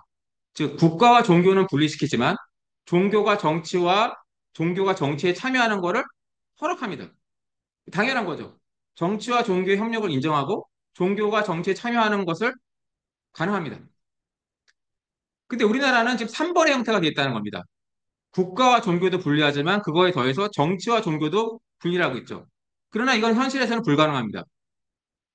그럴 뿐만 아니라 이렇게 됐을 때는 정치적 표현의 자유, 종교의 자유 등 기본권을 침해한다는 거죠. 사실 이 부분에 대해서 우리나라에서는 이제까지 거의 문제제기가 없었습니다. 그래서 제가 이제 이 부분을 좀 연구를 해서 이제 논문으로 발표를 했습니다. 발표를 했고 이제 앞으로 이런 논의가 좀 잘 활발해졌으면 하는 바람인데요. 대표적으로 공직선거법 85조 3항이 지금 문제가 되는 이유가 중에 하나가 바로 종교분리입니다. 공직선거법 85조 3항을 보시면 누구든지 교육적, 종교적 또는 직업적인 기관 단체에서의 직무상 행위를 이용해서 선거운동하면 안 된다 이렇게 되어 있거든요. 물론 교육은 이해가 됩니다. 우리나라 헌법과 또 교육기본법에서 교육의 정치적 중립성을 담고 있기 때문에 선생님이 학교 교실에서 학생들한테다가 선거운동하면 안 된다는 거죠. 그 이해가 됩니다. 또 직업적인 기관도 직장에서 과장, 부장, 차장 이런 위계 질서가 있는데 그걸 사용해서 선거운동하면 안 된다는 것도 어느 정도 합리성이 있습니다. 근데 여기에 종교가 왜 들어갔느냐라는 것이 굉장히 의문인 거죠. 왜 종교단체가 굳이 여기에 들어갔느냐? 결국 헌법에 있는 정교 분리, 정치와 종교의 분리 이 규정의 근거에서 이것이 만들어진 것이 아니냐라는 거고 사실은 우리 역사적으로 봤을 때 일제강점기를 거칠 때 신사참배에 거부하는 운동이나 독립운동을 억제하는 수단으로 왜곡된 정교 분리가 사용됐다는 거죠. 또 군부 독재 시절에서도 민주화 운동을 억제하는 논리 중에 하나가 종교는 정치에 참여하면 안 돼. 이런 논리를 사용했다는 겁니다. 그런 역사적인 맥락에서 이것이 들어왔는데 사실 이 조항은 굉장히 차별적입니다. 즉 종교 단체의 정치적 표현의 자유를 비종교 단체에 비해서 부당하게 차별하는 거죠. 예를 들어서 노동조합 같은 경우를 보면 노동조합은 굉장히 뭐 많죠. 우리나라에서 23년 기준으로 273만 명이 지금 조합원 가입이 되어 있는데 서울고등법원 판례를 보면은 이 조항에도 불구하고 노동조합은 조합 명의나 조합적 명의로 선거운동을 할 수 있다고 했습니다. 정당 명의로 하는 것만 금지될 뿐이지 조합이나 조합장 명의로는 할 수 있다라고 돼 있는데 그럼 왜 꼭 종교단체에 대해서만 이렇게 과도하게 제한을 하고 있는가? 이런 부분들이 사실 그 뿌리가 헌법의 정교 분리에서부터 내려오는 것이 아닌가. 그렇기 때문에 결국은 이 부분에 대한 문제 해결이 필요하다라는 것들을 제가 좀 말씀드리고 싶고요. 근래에 들어와서도 우리나라에서는 종교의 자유가 굉장히 위협을 당하고 있습니다. 이제 새 정부 들어와서 종교의 자유가 침해되고 있다라는 여러 우려 섞인 의견들이 세계 각국에서 나오고 있고 폼페이오 전 장관도 이렇게 언급을 했고 또 우리나라의 이 협회도 종교 탄압 규탄을 했고 이런 계속적인 일들이 일어나고 있습니다. 또 교회에 대한 압수수색 사실 참 납득이 안 되는 부분이죠. 구속도 일어났고 어, 미국에서는 사실 있을 수 없는 일이죠. 미국에서는 목사님이 강단에서 예배 시간에 다 설교도 할 수 있고 얼마든지 이렇게 그 정치적 표현의 자유와 보장이 되는 부분인데 어, 우리나라에서는 그것이 이렇게까지 된다는 거는 사실 세계인권 선언의 취지를 보더라도 종교의 자유가 굉장히 낙후돼 있다. 어, 그리고 그런 부분은 사실 위험한 부분이 정치적인 이유로 종교를 탄압하는 수단으로 얼마든지 악용할 수 있다는 것이죠. 자, 그 다음에 세계인권선언에 있는 표현의 자유입니다. 집회의 자유, 결사의 자유. 굉장히 중요하죠. 민주주의가 유지되기 위해서는 표현의 자유가 보장이 없이는 민주주의가 유지 존속할 수가 없습니다. 그렇기 때문에 굉장히 민주주의를 유지하게 한 필수 불가결한 요소가 표현의 자유이기 때문에 19조에서도 보장을 하고 있고 20조에서도 또 집회 결사의 자유를 보장하고 있습니다. 그 다음에 29조 2항에 보시면은 제가 서두에 말씀드린 것처럼 모든 인권에 대해서는 제한이 가능하다. 그런 조항이 29조 2항에 명시가 되어 있습니다. 그래서 이렇게 세계인권선언에서도 이 표현의 자유를 굉장히 중요하게 여기고 있습니다만은 우리나라 상황에서 또 서구에서도 이 표현의 자유가 위협받고 있는 상황이 벌어지고 있고 특별히는 우리나라에서는 차별금지법의 제정과 또 혐오표현 규제론의 부각으로 표현의 자유가 굉장히 위협받고 있는 상황입니다. 몇 가지 예를 말씀드리면은 어, 얼마 전이죠. 작년 9월 달에 발의된 법안입니다. 이 법안은 이 집회 및 시위에 관한 법률 개정안인데요. 이 법안의 주요 내용 중에 하나가 뭐냐면은 집회를 할 때 혐오 표현을 하면 안 된다는 겁니다. 근데 혐오 표현이라는 것이 뭐냐? 사실 혐오 표현이라는 것이 무엇인지에 대한 기준을 말하는 건 굉장히 어렵습니다. 왜냐하면 느끼는 사람이 혐오감을 느끼면 혐오 표현이 되는 거거든요. 제가 지난주에도 국가인권위원회가 개최한 혐오 표현 기준 마련에 대한 토론회를 갔다 왔는데 사람들마다 말하는 기준이 다 다릅니다. 근데 그분들이 말하는 핵심은 혐오 표현은 무조건 규제해야 된다는 거예요. 그거를 일단 무조건 대전제로 삼아놨습니다. 규제를 해야 되는데 다만 어떻게 규제할지 기준을 만들어 보자. 이런 논의를 하고 있는 상황인 거죠. 이 법안도 보면은 집회를 할 때 혐오 표현을 하면은 이제 금지를 하는 거고 그걸 위반하면 6개월 이하의 징역, 50만 원 이하의 벌금 이렇게 처한다 하면서 그렇게 되면 이제 집회에서 차별금지법을 반대하거나 또 뭐 퀴어 축제를 반대하거나 동성애나 성전환에 대한 보건적인 유해성을 비판하거나 낙태를 반대하거나 이런 걸 다 하면은 혐오 표현이 될 수 있다는 겁니다. 그런 집회를 이제 못하게 되거나 집회 주최자가 여기 보시는 이런 이제 처벌을 받을 수 있게 되는 거죠. 이거는 굉장히 표현의 자유와 집회에 대한 심각한 침해인데 이런 법안을 발의하는 가 되고 있다 우리나라에서. 그리고 그 국가인권위에서는 그거를 이제 규제는 기정사실로 해놓고 이 기준을 어떻게 정할 거냐 이것만 지금 이제 하고 있다는 거죠. 또 하나는 이것도 이제 비슷한 시기에 발의된 법안인데요. 요건 저기 그 비슷한 시기는 아닙니다. 조금 지난 건데 최근에 발의된 겁니다. 이건 이제 그 정당법을 개정하는 겁니다. 정당법. 집회 시에 관한 법률이 아니라 정당법 개정안인데 무슨 법안이냐면은 어, 정당이 거는 현수막을 규제하는 겁니다. 근데 규제를 하는데 국회의원이 없는 정당들도 있죠. 우리나라 소수 정당들 있지 않습니까? 소수 정당들은 아예 현수막을 못 걸게 하는 겁니다.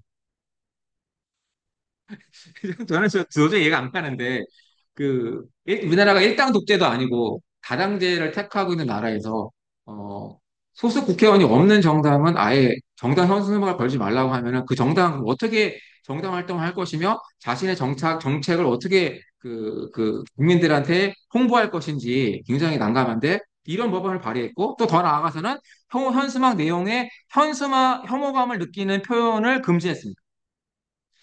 그러면 정말 예를 들어 뭐 이런 차별금지법이나 학생인권법이나 이런 것들을 반대하는 걸 국민들한테 알려야 되는데 그 이유를 그런 내용을 담으면 다 이제 혐오감을 느끼는 현수막이니까 다 이제 못 걸게 하는 내용이 이게 과연 민주주의 국가에서 가능한 건가? 세계인권 선언도 분명히 표현의 자유는 정말 보장하도록 하고 있는데 이렇게 하는 악법이 우리나라에서 발휘된다는 현실이 굉장히 안타까운 상황입니다. 자, 그 다음에 이제 세계인권선언 재발견의 또 다른 부분은 세계인권선언이 만들어질 당시에 사실 이 내용은 당연한 거였습니다. 지금도 물론 당연하죠. 당연하지만 너무 당연한 문제인데 당연한 것이었는데 지금 들어와서는 너무나 중요한 내용이 된 것이죠. 그것이 세 가지를 제가 뽑아왔습니다. 첫 번째는 두 개의 성별입니다. 세계인권 선언은 이제 2조를 비롯해서 대부분의 조항에 이제 섹스라는 용어를 사용하고 있죠. 그리고 어디에도 젠더라는 용어는 없습니다.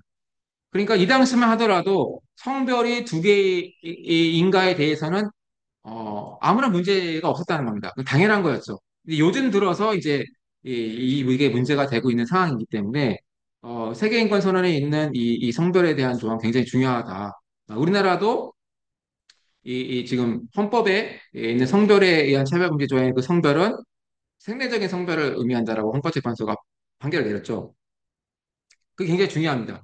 왜 중요하느냐? 지금 우리나라도 지금 성평등 가족부를 지금 만들고 있지 않습니까? 그 정부조직법 개정안이 행정안전위원회의 법안 심의를 통과했고, 이제 다음 주 25일 날 본회의 통과를 지금 계획하고 있는 상황인데, 그 성평등은 여기 이 생물학적 성별이 아니죠.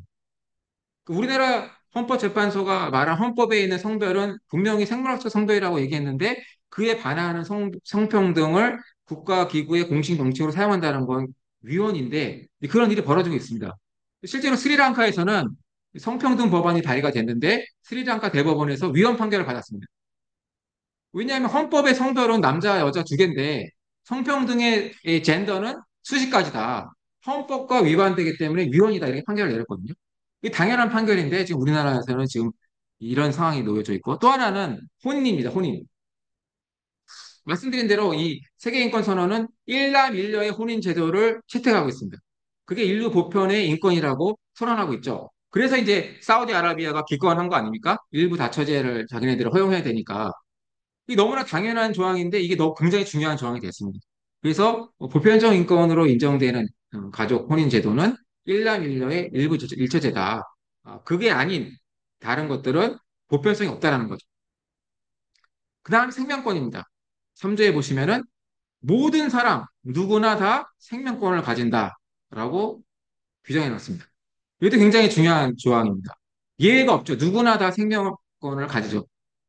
지금 시대에 이렇게 우리나라에서 뭐 무제한 낙태법이 발의가 되고 정말 있어서는 안 되는 법안들이 발의가 되는 이런 상황에서 이 세계인권 선언에서 선언하고 있는 생명권이라는 것이 얼마나 중요한 건가.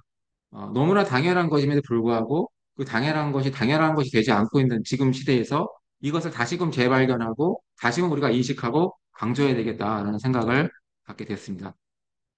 어, 그래서 이제 일- 제가 말씀드렸습니다만, 이제 일반식 2조에서도, 성이란 것이 원문의 섹스죠. 그래서 생물학적 성별을 명시를 하고 있습니다. 그리고 동일하게도 이후에 만들어진 인종차별철폐협약, 시민적 정치적 규약, 여성차별철폐협약, 장애인권리협약 이런 데서도 다 성별을 섹스로 표시를 하고 있습니다. 젠더는 없다는 거죠. 또 섹슈얼 오리엔테이션이나 젠더 아이덴티티 이런 거 없습니다. 또 우리나라 이 차별금지법안에만 들어가 있는 학력 이런 거 참 굉장히 논란이 많은 그 학력이 이제 저겁니다. 그 초등학교 졸업, 중학교 졸업, 고등학교 졸업, 대학교 졸업 이거거든요. 전 세계 어디에도 학력 차별을 금지하는 차별금지법은 전 본 적이 없습니다. 그러면은 그럼 대학 교수가 되려면은 대학원을 졸업해야 되는 규정 그 요건이 있는데 그거 다 차별되는 거거든요.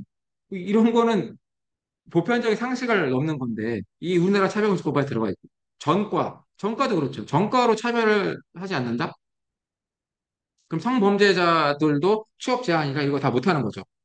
나이 차별 금지. 그럼 미성년자도 다 뭐 저기 술 담배 해도 되고 이런 건가요? 너무 보편성이 없는 이 인권을 우리나라 차별금지 법안에 담고 있다는 겁니다. 그래서 비판을 받는 거죠. 그래서 우리나라에서 지금 성평등 가족부 개편을 추진하고 있는데 사실 이거 위헌입니다. 성은 헌법의 성별은 두 개고 우리나라 대법원 판례도 우리나라 헌법을 비롯한 모든 현행법은 남성, 여성의 이분법 체제로 되어 있다라고 판시결을 했습니다. 근데도 불구하고 제3의 성이 들어간 성평등을 여성가족부의 명칭으로 바꾼다라는 거는 이제 위험하죠. 가족의 권리도 마찬가지입니다. 16조에 보시면은 남녀가 혼인한다고 되어 있고요. 16조 3항에 보면은 가정이 사회의 자연적인 단위라고 되어 있습니다. 기초적인 단위라고 되어 있죠. 즉, 자연적이라는 거는 남성과 여성이 혼인해서 가족을 이룬다는 겁니다. 그러니까 일남일녀의 혼인을 보편적인 인권으로 규정하고 있는 거죠. 그렇기 때문에 이거에 벗어나는 거는 보편적 인권이라고 보기 어렵습니다. 그렇기 때문에 지금 우리나라에서 추진되고 있는 여러 가지 이 가족의 범위를 확대시키려는 이런 부분들은 분명히 세계인권선언에 반하는 거죠.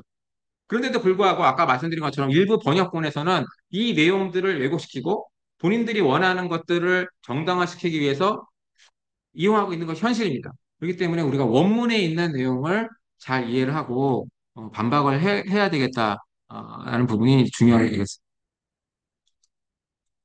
근데 우리나라에서도 이제 사실상 동성혼을 하는 생활동반자법이 이제 이번 국회에서도 발의가 됐죠. 지난 국회에서도 용해 의원이 발의했다가 또 이제 발의됐고, 그 다음에 이제 대법원도 동성 동반자에게도 건강보험 피부환자로 인정하는 판결을 내려서 굉장히 우려가 되고 있는 상황인데, 이런 부분은 분명히 세계인권선언에 반하는 내용이 되겠습니다. 3조에도 모든 사람은 생명과 신체와 의 자유와 안전에 대한 권리를 가진다라고 해서 생명권을 명시적으로 규정하고 있습니다. 3조의 생명권을 살 권리라고 하죠. 흔히 살 권리라고 합니다. 그래서 자신의 삶을 자신의 의사에 반하여 강제로 종지당하지 않을 권리, 그걸 생명권으로 하고 있습니다. 우리나라 헌법에는 생명권이라는 명시된 조항이 없지만 헌법재판소는 명시적인 규정이 없더라도 생명권을 헌법상의 기본권으로 인정하고 있습니다. 이와 관련해서 낙태나 이제 안락사가 이런 문제가 되겠죠. 또 최근에는 이제 과학기술의 발달로 인간 생명과 관련된 배아 수술, 인공수정, 태아 성감별법 문제, 장기 판매, 이종과 장기 이식 이런 생명윤리에 관련된 문제들도 생명권과 관련돼 있는 문제입니다. 네, 그래서 우리나라에서 지금 최근에 발의된 만삭 낙태 법안, 이건 그 세계 인권선언의 생명권의 정면으로 배치되는 내용이고, 또 그 조력 존엄사법이라고 해서 의사 조력 자살을 합법화하는 이런 문제들도 인권이라는 이름으로 발의가 되고 있습니다. 그러니까 이제 사실 인권의 본래의 의미가 무엇이냐, 그걸 제대로 이해해야 되는데 그냥 내가 원하는 건 다 인권이야. 이렇게 인권을 하다 보니까 이제 이런 법안들도 인권이라는 이름으로 발의가 되고 있는 이런 이제 현실이 되겠습니다. 그래서 마지막으로 이제 제가 말씀드리고 싶은 부분은 현대 인권 개념에 대한 비판. 세계 인권 선언이 추구했던 보편적 인권, 그 보편성을 약화시키고 무력화시키면서 새로운 인권 개념을 만드는 것이 과연 정당한 것이냐, 이런 문제가 제기되는데요. 세계 인권 선언이 1948년도에 채택된 이후로 많은 변화가 있었습니다. 그걸 기반으로 해서 많은 인권 조약들이 체결이 되고 이런 국제사회에도 변화가 이루어왔죠. 그러나 이제 현대에 들어서면서 이제 인권의 개념이 상대화되면서 기존의 어떤 새로운 인권들이 인권의 개념으로 넣으려 하는 겁니다. 대표적으로 이제 기업과 인권. 그래서 기업도 인권을 보장해야 된다. 전통적으로는 국가만이 그 인권을 보장의 주체였습니다만은 이제 그걸 확대해서 기업도 인권을 보장하라라고 이제 유엔에서 추진을 하고 있는데 물론 기업이 인권을 보장해야 될 부분도 있습니다만은 기업이 보장해야 될 인권의 한도가 분명히 있다는 겁니다. 기업이 그 내에 근로의 권리와 관련된 인권은 보장할 수 있겠습니다만 그를 넘어서서 좀 과도하게 그 기업에 부담이 주는 정도의 인권을 요구할 수 있는가? 왜냐하면 기업도 결국은 국가가 아니고 개인 그 사기업인데 그런 사기업에게다가 수용할 수 없는 과도한 인권 내용 또 특별히는 뭐 종교계 기업이라고 한다면은 종교적인 이념의 원래 그 교리에 따라서 설립된 기업인데 그걸 완전히 무시하는 그런 것들이 있었다는 거죠. 미국에서 판례가 있지 않습니까? 미국에서 이제 어떤 그 패밀리 기업인데 그 기업 에다가 이제 그 오바마 대통령 때인가 기업 그 낙태 시술을 받도록 하는 그 건강보험 의료 건강보험을 무조건 다 보장하도록 하는 거죠. 그러면 이제 기업도 그 낙태를 할 수 있는 의료보험을 자기 직원들에게 다 가입을 시켜야 되고 기업의 또 반은 또 기업이 부담을 해야 되고 이런 거였죠. 그래서 그 기업이 그거는 이제 종교의 자유를 침해한다, 신념의 자유를 침해한다라고 해서 소송을 해서 이긴 판례가 있습니다. 이런 부분들도 좀 고려를 해야 된다는 것이죠. 그다음 성평등입니다. 성평등도 2015년부터 이제 유엔이 이거를 글로벌 목표로 제시해서 막 퍼뜨리고 있는데 아까 말씀드린 것처럼 성별이 과연 몇 개인가, 세 가지 이상인가 이런 부분들 또 젠더라는 부분들이 이제 문제가 되는 거죠. 디지털 환경에서의 인권도 좋은 점도 있지만 부작용이 있는데 그거를 이제 어, 고려하지 않는 부분이 있습니다.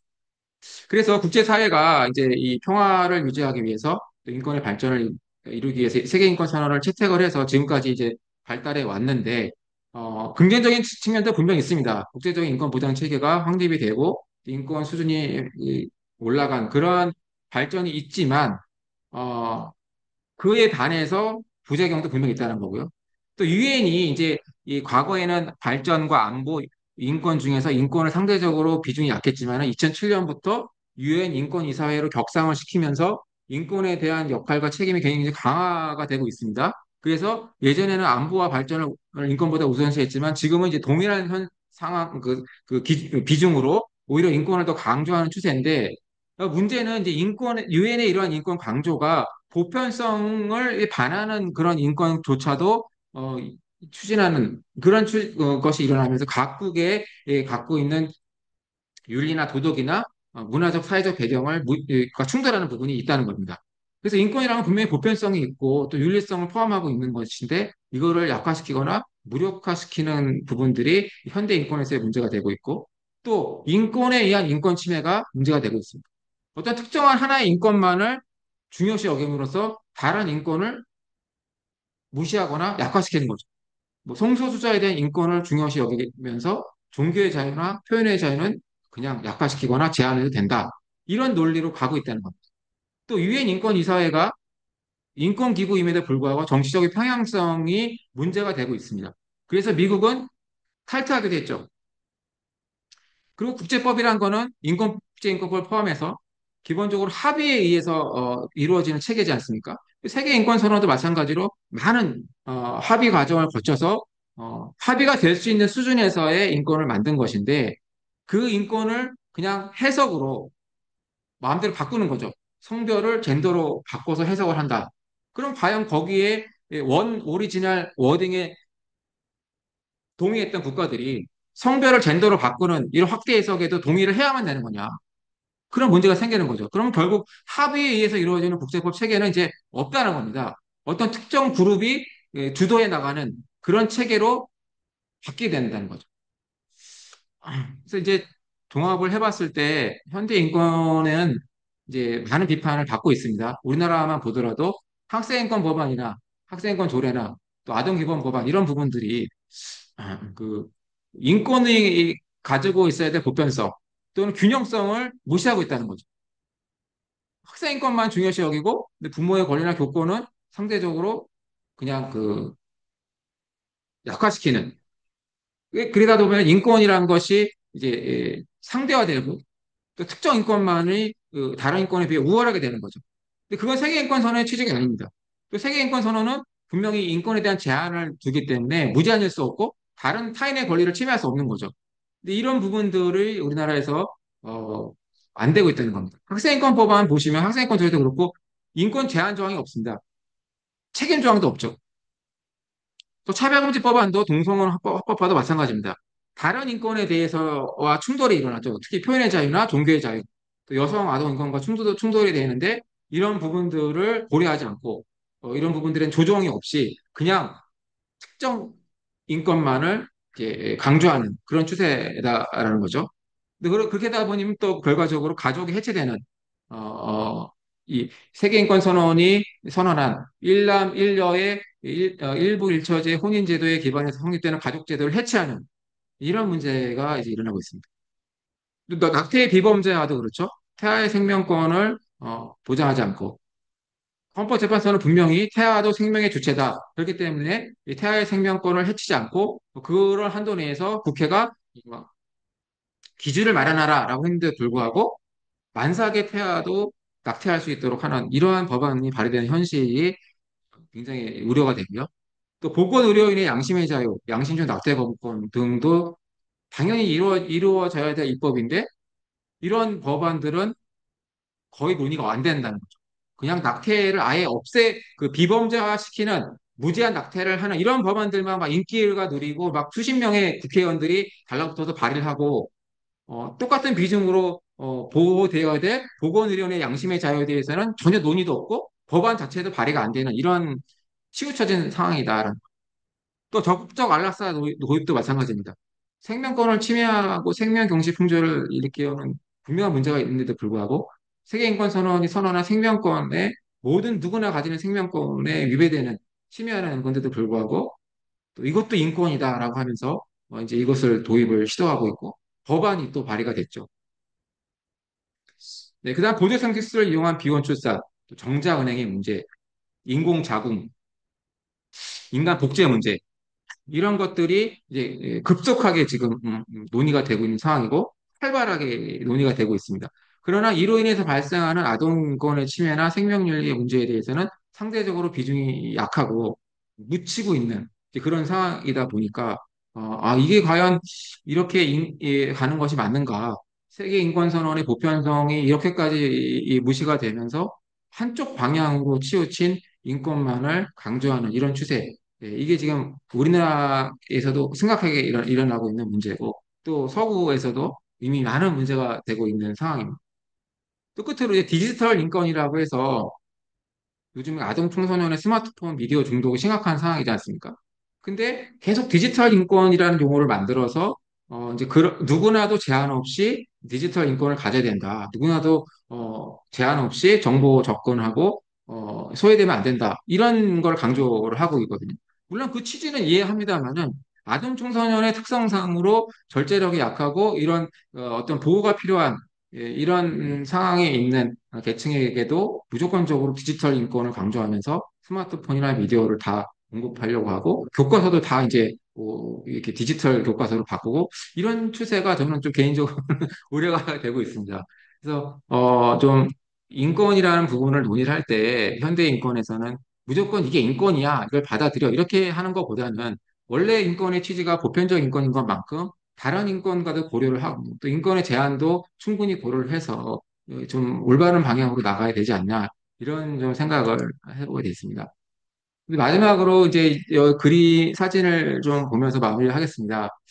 자유라는 것이 굉장히 중요한 것이고, 세계인권선언이 채택될 당시에도 전쟁의 참상으로부터 인간이 인간으로서 해서는 안 될 그런 상황에 대한 반성적에서 나온 것이 세계인권선언인데, 지금 현재 이 시대에도 분명 이런 상황들이 있는 것 같습니다. 인류가 문명적으로 발달해 왔고, 또 인권도 발달해 왔지만, 인권에 의한 인권 침해가 발생하고 있는 지금 시대에서 과연 인권이라는 것이 무엇인가를 다시 돌아보고 또 소중한 자유, 종교의 자유, 또 표현의 자유와 양심의 자유 이런 부분들을 어떻게 하면 더 우리가 지켜나갈 것인가 이런 것들을 좀 고민해보는 시간이 됐으면 좋겠고요. 그런 의미에서 세계 인권 선언의 재발견이라는 주제로 제가 좀 미력하지만 강의를 해봤습니다. 장시간 시청해 주셔서 감사드리고 다음 기회에 또 찾아뵙겠습니다. 감사합니다.